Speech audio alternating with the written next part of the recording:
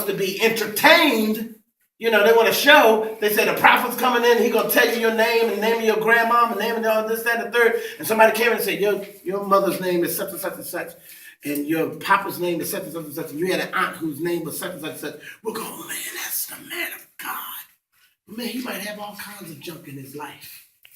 You don't know unless it's here. So what my expectation is of the saints is that you employ this. This is why Jesus said, listen, when ye pray, say. Notice what it says. Say. What? Not think it, not meditate it. Say it. It says, when ye pray, what? Say, our Father. Now, notice the devil will fight you immediately. When you get ready to obey, you'll hear things on this line. Man, you ain't got to do that. Don't take all that. You don't say that. Listen, you know how long you've been saved? Don't let that tell you what you need to do. You got your own mind. Let the Lord lead you. Let him tell you what to do. You don't have to say that now. And so, if you're not careful, you'll fall right prey to that.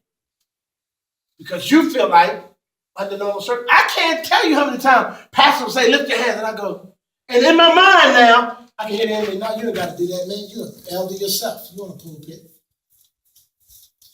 Don't have to raise your hand.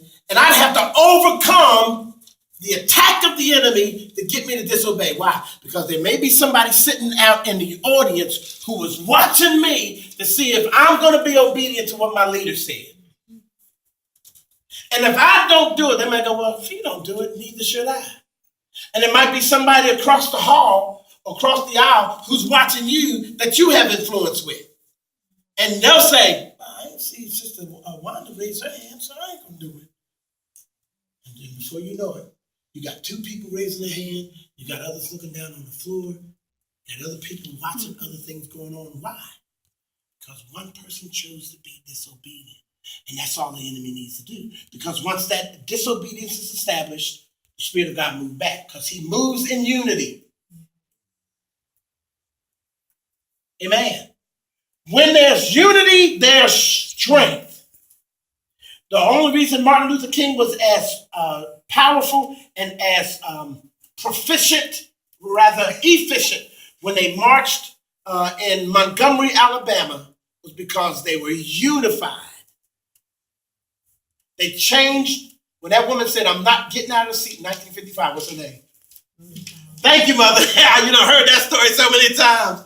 When she decided not to get off that seat, the next 390 days, those people walked.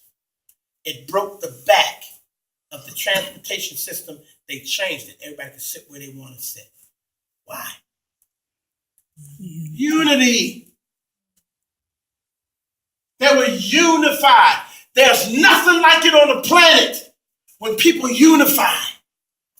So he says, let's unify.